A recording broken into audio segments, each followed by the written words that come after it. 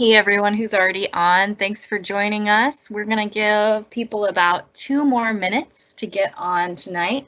If you can go ahead and you'll see a chat box on the right hand side of your screen and just enter in sort of a roll call, your name and your email for us.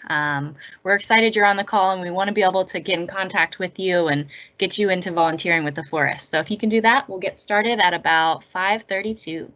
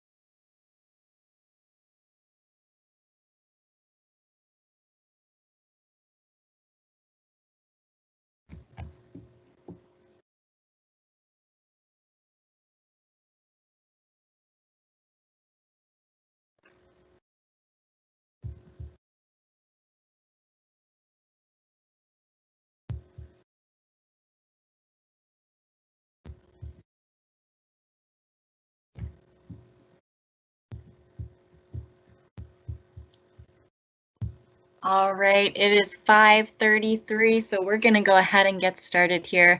Hey, thank you to everyone who's on our training tonight. We're also going to be recording this and sending it out. Just wanted to let you all know in advance. Again, there's a little Q&A box with this kind of symbol on it. If you can go ahead and enter in your name and email on there, we'd love to be in contact with you about volunteer opportunities this summer. I'm sure you guys know, it's a really different situation in the world and definitely in the Willamette this summer. So a lot of information about volunteer opportunities to get to you. So before we get started, we just have a few housekeeping things. So there are controls at the bottom of your screen to pause the action, adjust the volume, and you can take care of different video quality there. So if you're having maybe some delays, maybe you need to do a lower quality video because of your internet. Just to let you all know, there's actually a 20-second delay from when either I or Jenny are talking tonight. So post those questions in that Q&A box after you put your name and email in there. And at the end of this session tonight, we will get to as many questions as we can. If we miss any of them, we'll download those questions and email all the answers out to everyone who is here tonight. So without further ado, I want to introduce Jenny Lippert, the wildlife biologist. Oh. Wow, I just called you a wildlife biologist. Can you believe that? That's okay. Sorry about that. One of our botanists here on the Willamette National Forest. Hello, everybody. Thank you for joining us for our Wilderness Invasive Species Survey training.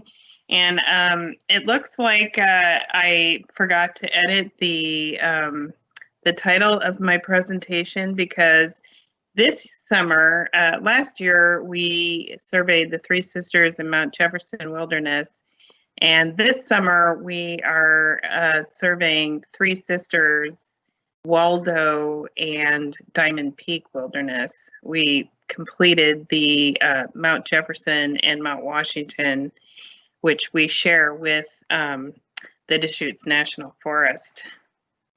So we got a grant from our Washington office to do a comprehensive survey of invasive species throughout our national forests. And one of the components of the surveys is to have volunteers go out and look for weeds in our wilderness areas. We'll be using that information to develop management plans for our weed populations in the wilderness, but the first step is to identify where they are. Okay, next slide. So people often ask what is a weed and what differentiates a weed from a good plant. So technically a weed is undesirable, a nuisance. It's growing, it's not native to the site. A noxious weed, on the other hand, is one that is classified by the Oregon Department of Agriculture because it's injurious to health or wildlife or for some other reason. Okay, next slide. So invasive plants are those that are non-native, so that's a big deal. They've come here from somewhere else. Usually, well, often they're Eurasian in origin, from a similar climate to ours. They come here, and they don't have natural predators, and their populations expands. They have the potential to cause economic harm, environmental harm, or harm to human health. So an example of economic harm would be they take over rangeland and they take the forage, they outcompete the forage. So why do we care? Why does the Forest Service care about invasives? Go ahead. Well, we're a land management agency, and our purpose is to maintain or enhance native ecosystems. And invasive plants can cause loss of wildlife habitat. That invasive plants can outcompete native plants. In some situations, for example, with cheatgrass, they can alter fire regimes and make fires more frequent. They can alter the hydrology. Their invasive species are often early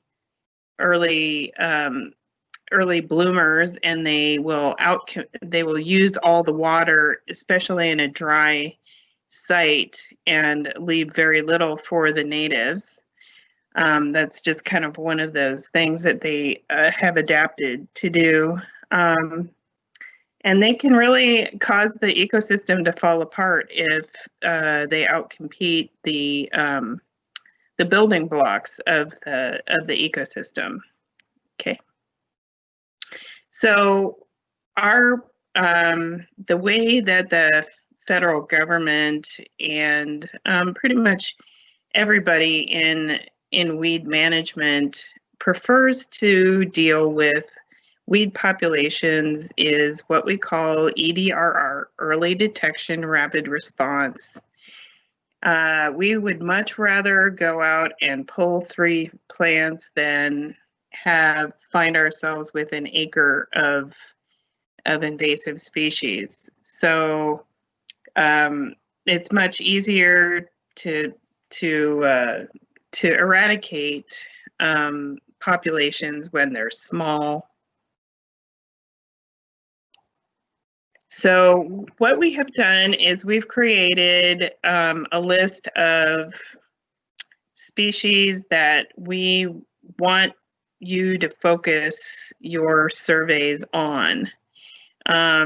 We tried to, I know this list looks really big. We tried to pare it back to ones that were the most probable for you to find, and the ones that are causing the most damage.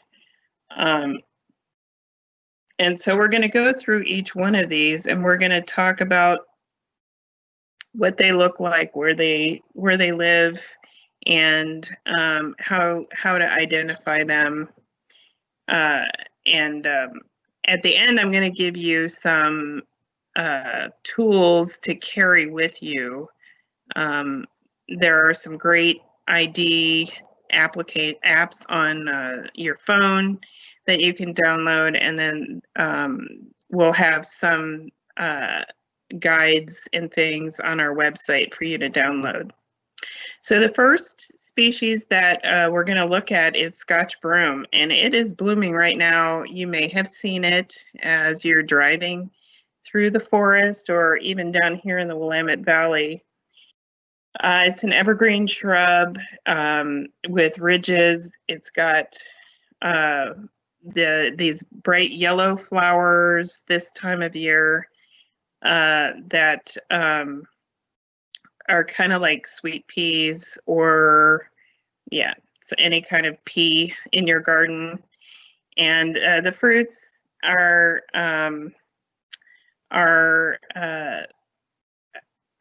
pod, which has and it's flattened and they have some hairs on them. It's pretty distinctive plant. There's not a whole lot of lookalikes. Scotch Broom grows in pretty disturbed soil. It really likes disturbed soil. Go ahead. So there are other species of Scotch Broom other than the one that we think you'll find. They're all up and down the Western Cascades.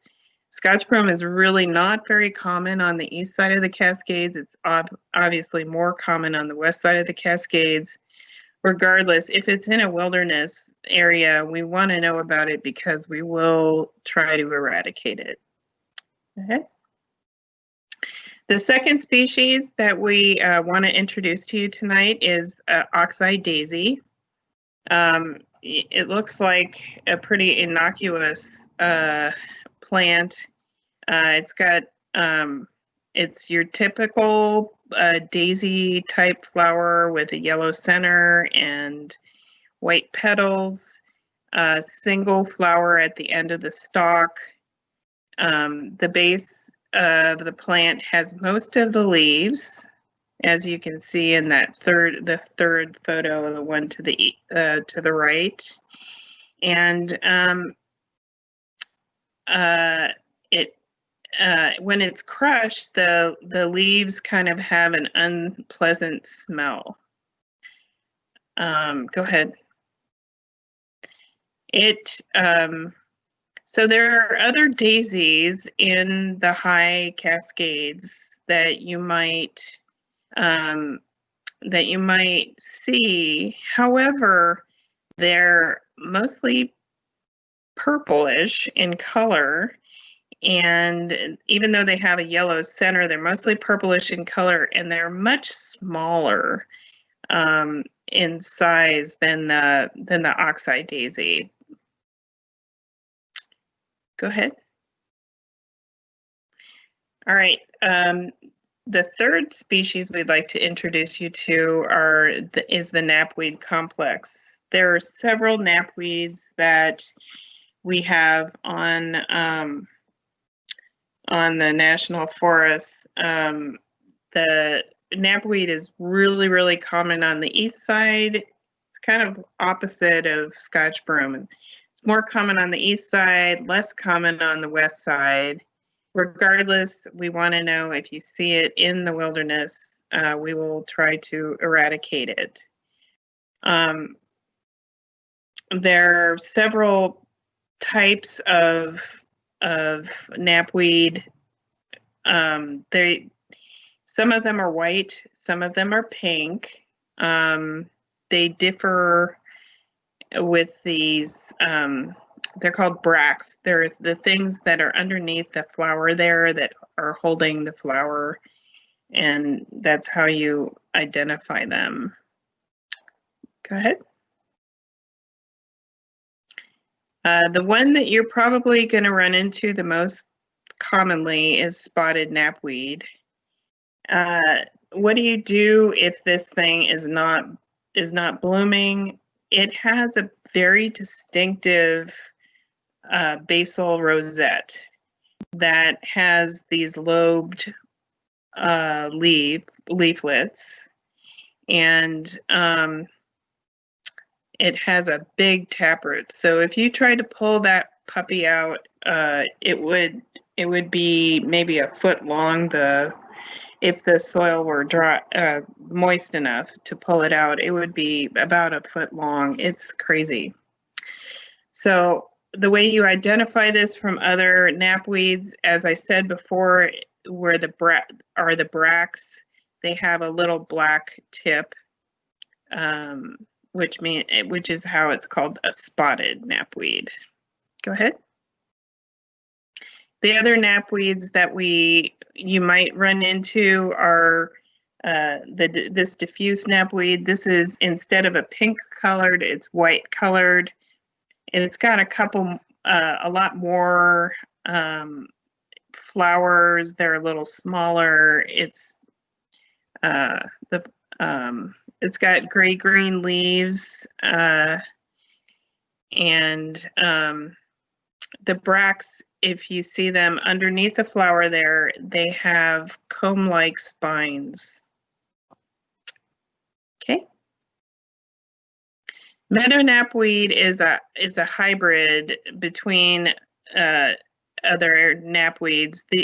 These things kind of cross-pollinate and they hybridize. I forgot to say that this is related to bachelor button, is in the same genus, the Centaurea. So if you've ever had a bachelor button growing in your garden, it's very similar to this, except for it's blue. The meadow knapweed has another kind of distinctive basal rosette there down on the bottom left-hand corner. The leaves aren't super toothed like spotted knapweed is. It's got purple flowers, again, similar to spotted knapweed, but the margins on the bracts are papery rather than with black dots. And it doesn't really matter if you tell us that it is knapweed, we can figure that out. You don't have to worry about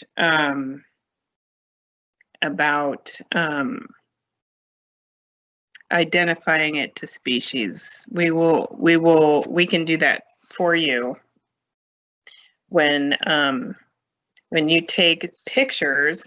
So the important thing about this is, if you find one of these, really what we need for you to do is to focus on that flower head, if it's in flower, and on the basal rosette of the leaves, and that will help us diagnose or figure out what species we're looking at. Okay.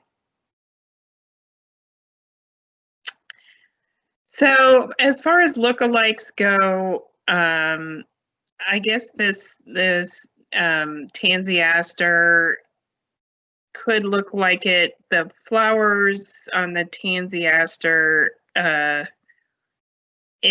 still have a yellow center, and the knapweeds, they don't have the typical yellow center that a daisy-like plant would have.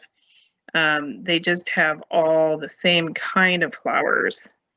They're called disc flowers, no rays. Okay. Okay, the toadflaxes are a group of weeds that they like dry, rocky habitat. There are two kinds of toadflax that we have in the in the area. The first is Dalmatian Toadflax. It's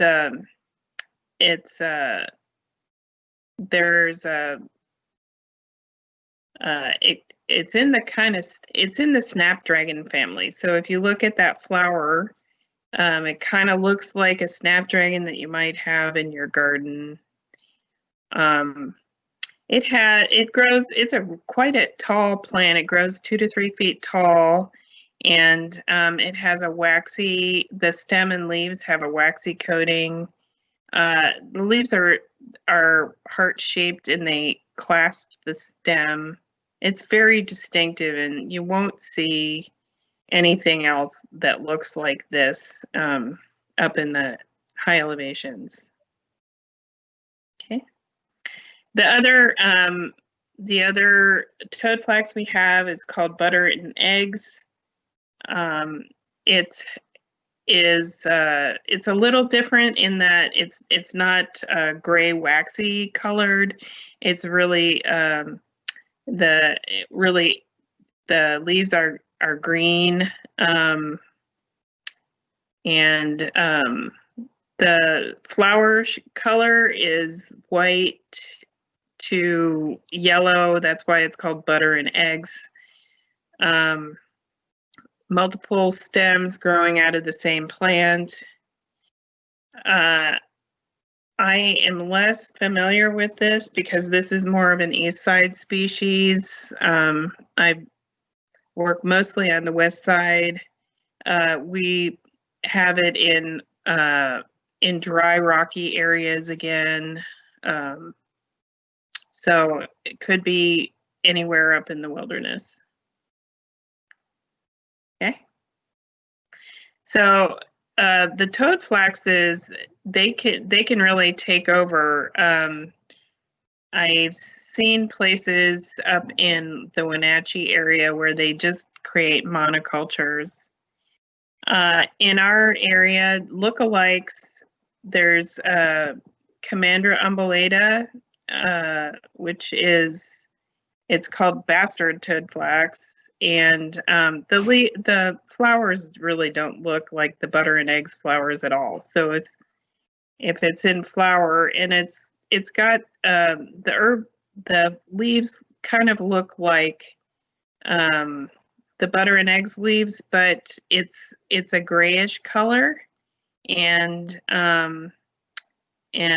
so it's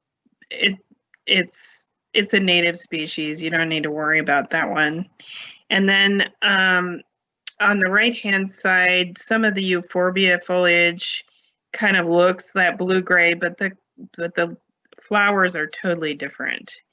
And the euphorbs, as you can see, have whorled leaves. They kind of surround the stem, and that is not the pattern that we're seeing with the toadflax. The toadflax are kind of inserted and surround the stem.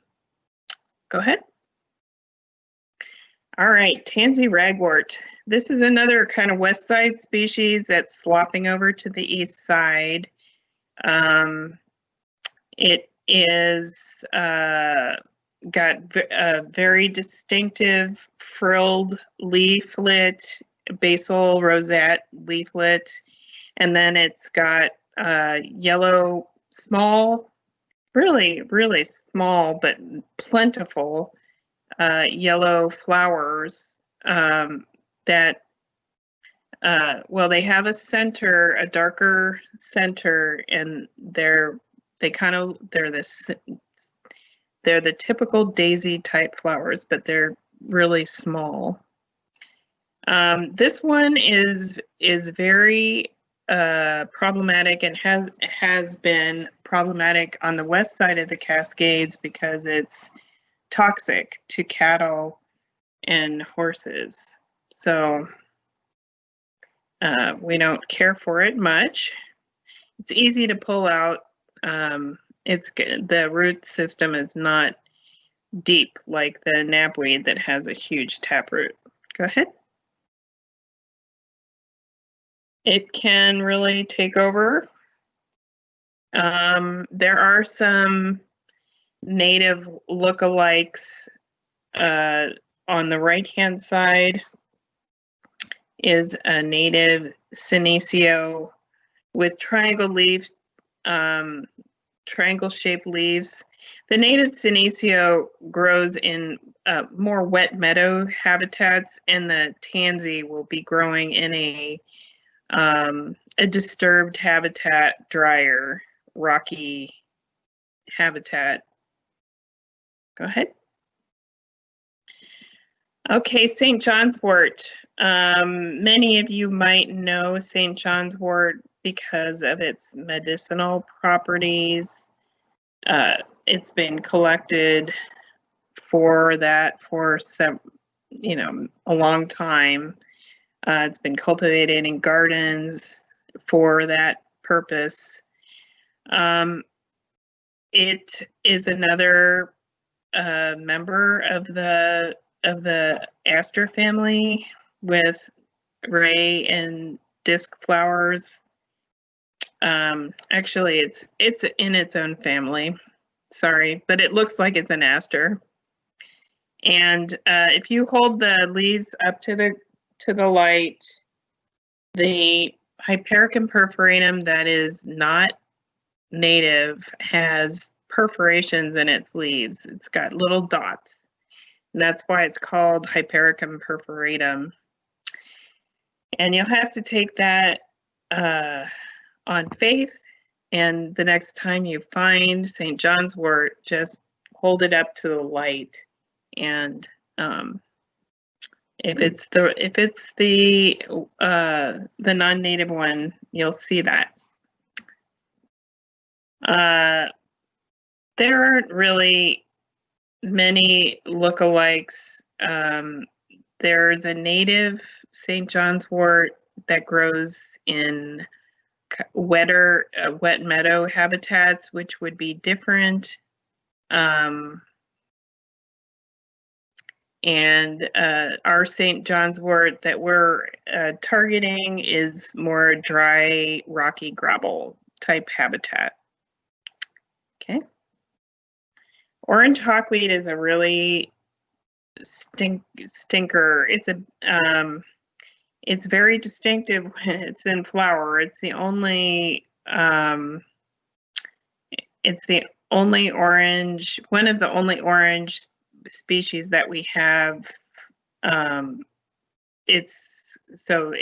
quite unique. It's got shallow fibrous roots with stolons, which means they're kind of underground runners, and so they create large patches by moving underground. They produce a milky white juice in their stem. The flowers are clustered at the top, and this is important. The leaves are basal and they're very hairy. Hawkweeds are almost always hairy, and you can see here in this picture, you can see how hairy the leaves are. As this is going to be important because the native that is orange colored is not hairy. And this is what the flower looks like close up. Okay. Thistles. The two thistles are species that give people a hard time, including professional botanists, so don't feel bad. Especially, not necessarily when they're in flower, but especially when they are just in a basal rosette and they haven't produced a flower or anything. We've had folks go out and pull thistles thinking that they are bad. We do have a lot of native thistles in the wilderness areas, and they're the pollinators love them. Bees love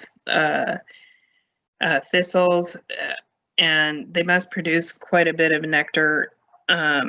So if you don't know what's out there, just report it and we'll go look at it. And if it's a bad one, we'll take it out. There are two thistles that we are think you might find, bull thistle and Canada thistle, and I do have a guide to thistles on the website that will be helpful for you. Okay, so these are native thistles. So Canada thistle is, it's got these wavy margins, and can be kind of woolly on the underneath part of the leaf. There are clusters of small purple flower heads. It's rhizomatous, which means there are stems that can grow under the ground, and it's common everywhere across the state. But it's not very common as you get up higher in elevation. And so that's why we want to target this species. Go ahead. It can grow anywhere in the forested landscape. It can grow in clear cuts, and they can grow where there's been a natural forest fire. They come in, the seeds fly in on the air. They're like a dandelion. Go ahead. All right, the second thistle is bull thistle, and this guy is really the master of thistles. It is a nasty creature. It's got these really nasty thorns on both the upper and lower surfaces, and then it's also kind of got its leaf bases run down the stem to make it look winged, but it's got spines everywhere. So it's much more robust. The flowers are more solitary. There's fewer of them. When you saw the picture of the Canada thistle, there's lots of smaller flowers. These have and maybe a lighter pink color. These have fewer large pink flowers. And the look-alike that you'll see probably, if you see them flowering, will not have these spiny leaves going up and down.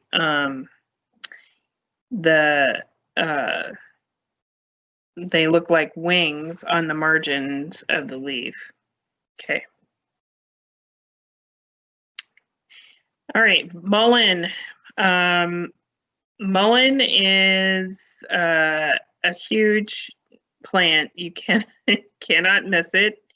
It sometimes grows about 7 feet in height when it's in flower, so that stalk is big, and it produces like tons and tons of leaves.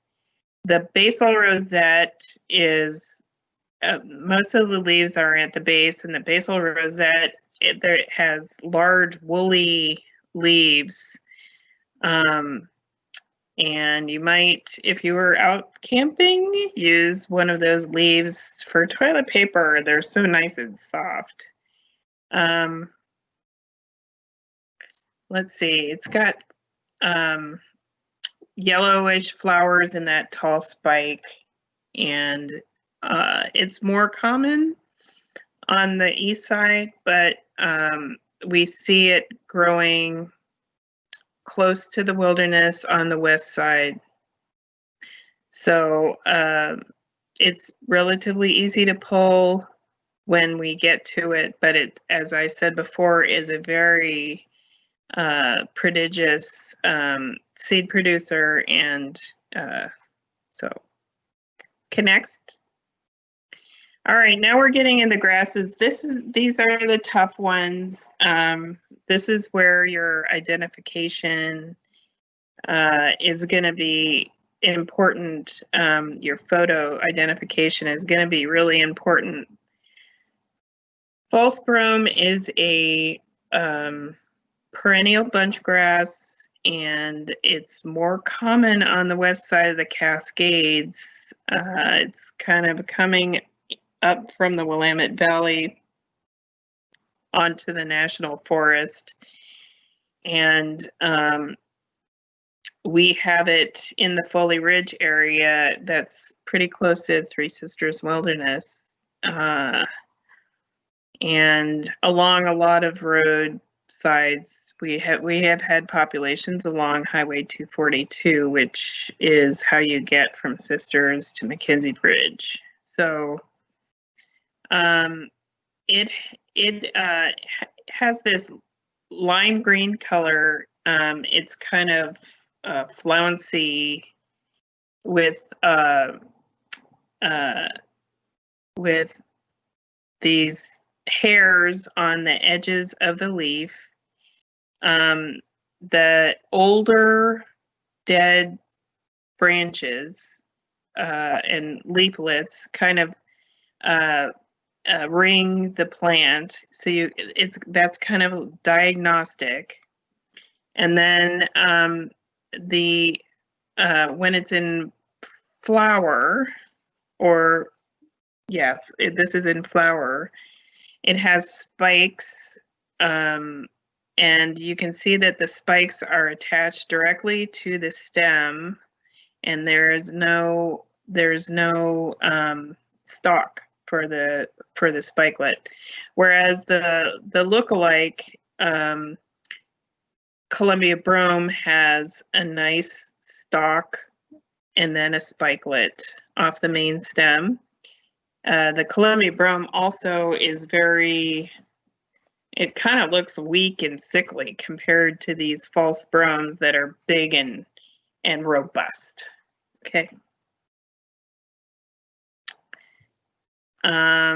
Yeah, false broom is just it's an ecosystem changer, and we could, I mean, it's been located in outside of Sisters in the Metolius. There has been a sighting there, although I think they eradicated it. Go ahead. Okay, Medusahead is another nasty annual grass. It blooms from May and June, maybe a little later if you're up or really high. The inflorescence is a bristly spike that's about 1 to 4 inches long, and the top of the top seeds have longer awns than the ones on the side. I don't know if that makes much sense, but you can kind of see that in that bottom picture. So the Medusahead is one that can outcompete it outcompetes all the native species in the high desert grassland communities. It's poor forage for wildlife, and can change the fire regime in some of the areas where it's found. So we really want to keep it out of the wilderness. Ventonata dubia is a little harder to identify. it's another grass species it's more common out in the Ochcos,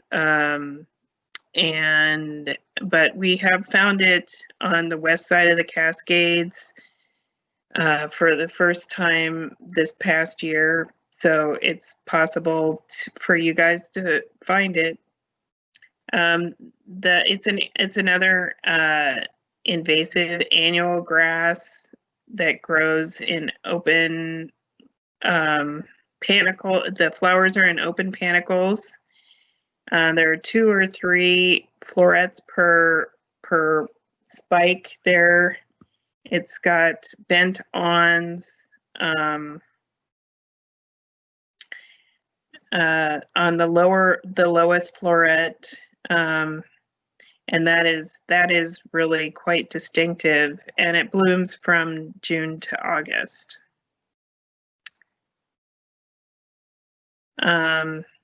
As you can see here, it's growing, it's taken over the understory here in this juniper sage country. Native Dischampsia looks similar, but it has much smaller florets, so the little spikies. Okay.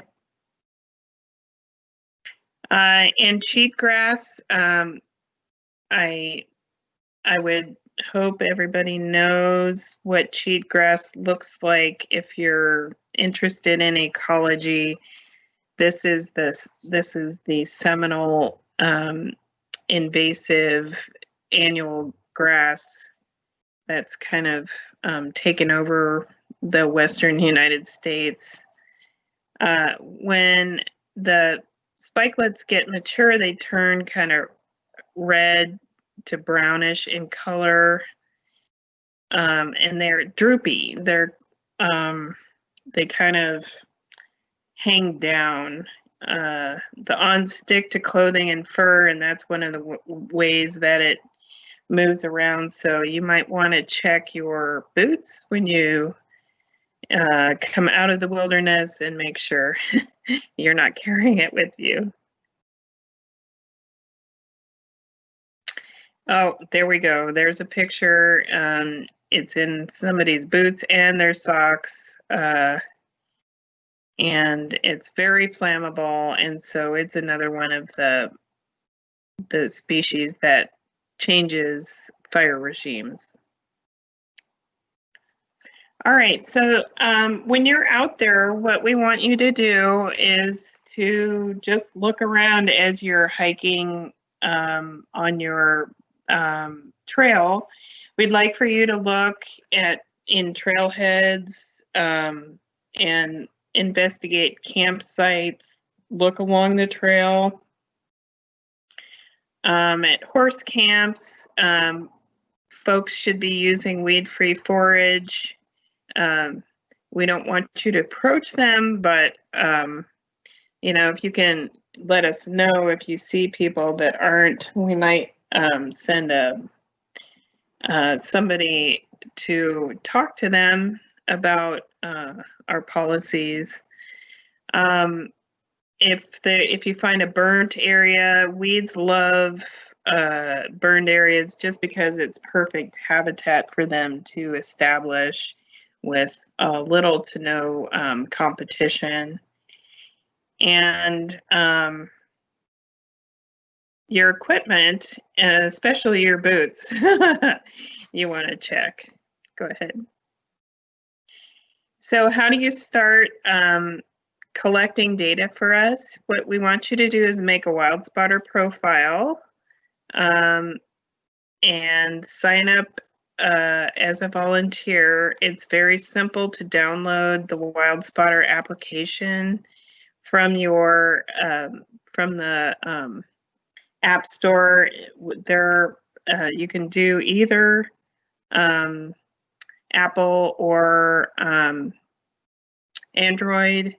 They have both apps, and the people at Wild Spotter, the developers are from the University of Georgia, and they will, if you have problems setting it up on your phone, they will make an appointment with you and help you set it up. Then the other part of the data collection is EDD maps. You have to set up a profile in EDD maps, register as a user, and you will collect your data in WildSpotter on your handheld mobile device, and then you will upload it to EDD Maps, and the EDD Maps will send me an email and say that somebody has made a detection and asked me to confirm it. So I will go into my EDD Maps profile and look at what you have submitted, and I will either give you a thumbs up and post that site to our website, and or I will reject it, and then I'll send you a little message about why it wasn't what you thought it was, so that the next time you find it, you have a better feel for identifying it. Okay.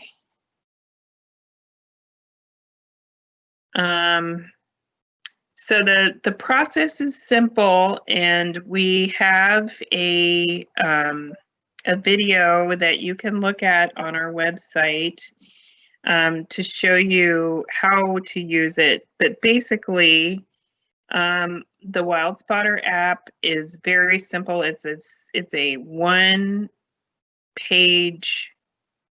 data collection. You find a plant, you take a photograph of it. We'd like for you to take a photo of the flower and the leaves. The basal rosette, as I said, is important, and the habitat. If it'll ask you how many there are, how many acres or feet the population covers, and then your GPS in your phone will automatically create a point for us, and then there is a section for notes, and in the notes we want you to tell us where you are, what trail you're on, and if you pulled it, if you know what it is, we're fine with you pulling it. If you see a single spotted knapweed out there, it's gonna be hard for us to relocate that. So if you see that, we're totally fine with you pulling it, but we want you to put it in your backpack, or at least put the flower in your backpack, because sometimes those flowers will mature and create seeds. Really what we want you in the directions or the notes is to give us a little bit of information, or enough information for us to get back there. If there's anything unique or diagnostic about the site, if it's near a stream or near a bridge or whatever. Then when you get back to town, what you do is you upload your site to the web, I mean to the Sky, and that'll send it to EDDR, and EDDR will send me a message. Okay. So Pat Green is going to be our the person that kind of coordinates where we've done surveys. So we'd like for you to communicate with her regarding where you've done surveys, so that people aren't duplicating efforts. we have a map where we're tracking where surveys have been completed, and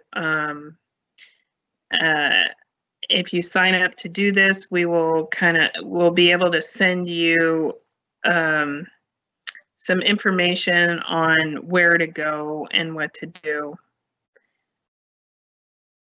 We really appreciate your help pulling weeds, but only do it if you really know that it's a noxious weed. If you find a thistle, take a picture and send it to us, and we'll get back out there and deal with it if it's confirmed. All right, so why do we care? Because we want beautiful meadows and a natural habitats all across our wilderness areas. So with that, I'm going to open it up for questions. Does anybody have any questions? I'm not seeing any yet, but if you have questions, go ahead and throw them in that Q&A box. While we're waiting for questions, we can talk a little bit about some of the next steps. So you guys have just been in this training, and Jenny, it was great. I'm really excited to get out there myself. So as many of you know, this summer is going to look really different on the Willamette National Forest. We're really concerned about safety of volunteers, and the Willamette is also concerned about staff capacity as well, not overburdening their staff. So the next step that we're going to have you do is go to cascadeballs.org and fill out a new volunteer application. This is going to get all of your contact information into our database, and it's going to let us instantly email you if anything happens with the volunteer situation this summer. It's really just going to help us keep better communication and make sure that everyone's being safe. All of your volunteer documents are going to be uploaded in there as well. So your volunteer agreement with the Willamette National Forest, any job hazard analysis forms, things like that will also live in that database. When you're filling out the application, just make sure you select that you attended this training, because that makes you qualified to do this work. Go ahead and put that you're part of the Cascade Volunteers Invasive Weeds crew in your group affiliation, and you'll actually be interacting with Judy Mitchell, who's going to be coordinating the weed volunteers this summer, and just making sure we have awareness of where everyone is and that work doesn't get duplicated. And Judy will be helping you by creating events where people can go out together, and then also keeping track of who's going out and surveying individually. With that, let's do one more check for any questions. Okay, here's one coming in. So what apps do you suggest we have? You mentioned at the beginning of the presentation there were some good identification apps. Great question.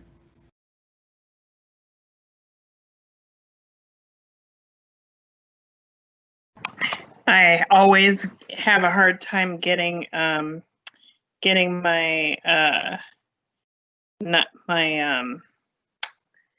mute button off. I'm sorry. So there are several different websites.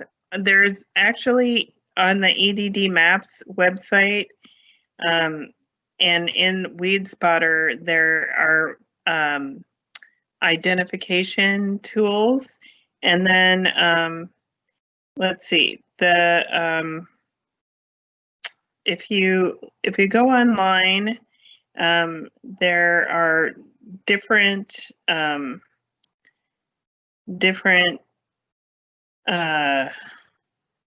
apps. I like the one from King County. In the Seattle area, they have a very good, a really amazing program, and so I would, I don't know what the name of the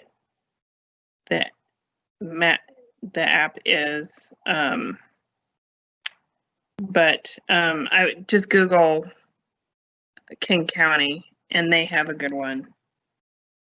The other place that I like is the Oregon Flora Project has a nice wildflower app that includes invasive species, and that would have both. It'll have kind of the distribution of the species and so we can send out additional links and stuff to you guys. Yeah, for those of you who have put your email into the Q&A box, thank you. We'll find out the exact names for some of those apps and get those sent out to you. We'll also send you guys links to our website where we've uploaded that Wild Spotter video that Jenny made that kind of walks you through how to use the Wild Spotter app. I'll send out a link to our volunteer application and again, just all of those resources that live on our website so that we can get you guys going. So thanks for coming. Thank you all, and thank you, Jenny. It was wonderful. I'm excited to get out there too. All right, great. Have a great evening. Bye, everyone.